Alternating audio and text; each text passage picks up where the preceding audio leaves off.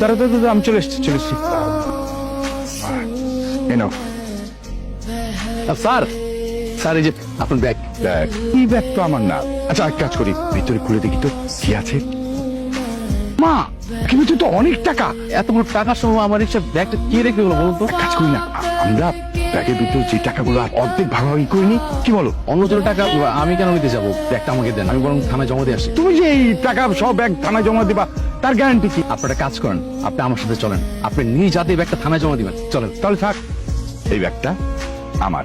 টাকার লোভে মিথ্যে কথা বলবেন? আমি মিথ্যে কথা বলছি না। আচ্ছা ব্যাগটা খুলে দেখো, এর ভিতরে আমার ছবি সহ একটা কার্ড আছে, দেখো। ঠিকই তো, এই যে আপনার আইডি কার্ড, ছবি। তাহলে স্যার প্রথমে কেন মিথ্যে কথা বললেন যে ব্যাগটা আপনার না? এতক্ষণ তোমাকে আমি পরীক্ষা করছিলাম। তুমি যদি এই অর্ধেক টাকা নিতে তাহলে তো তোমাকে রিক্সা চালাতো, সেটা কেন করলে না? আপনার টাকার প্রতি না আমার কোনো লোভ না। আল্লাহ আমাদের রিজিক মাল। এখন যদি এই রিজিকটা আমরা কিভাবে ইনকাম করবো সেটা আমাদের উপর নির্ভর করে। একদম ঠিক কথা বলেছো। এখানে আমার বাসার ঠিকানা আছে, কাকে আমার বাসায় চলে আসবে। আমি স্যার আপনার ব্যাগটা। Thank you so much. কাকে আসতে বলেছো বাবা?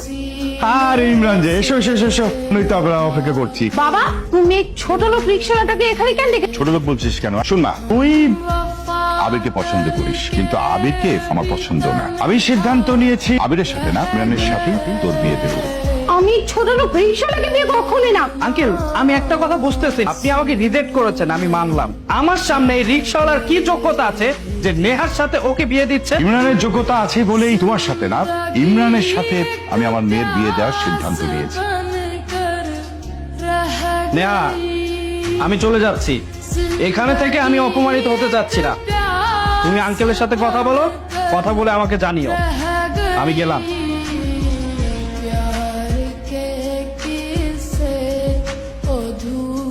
বাবা তুমি কান খুলে শুনে রাখো, আমি কখনো এই ছোট লোক রিক্সাওয়ালাকে বিয়ে করতে পারবো না।